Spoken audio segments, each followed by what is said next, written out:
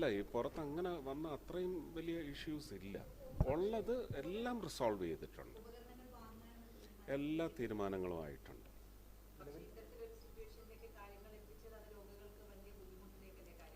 ആ, ബുദ്ധിമുട്ടുണ്ടായിട്ടുണ്ട്.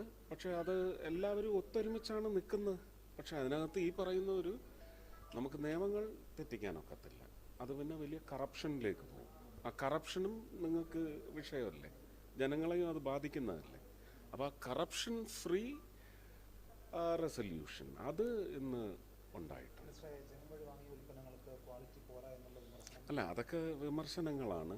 ഇത് ഒരു ഇന്ത്യൻ സ്റ്റാൻഡേർഡ്സിൽ നമുക്ക് അതിനകത്ത് തന്നെ ഒരുപാട് വേരിയൻസ് ഉണ്ടല്ലോ.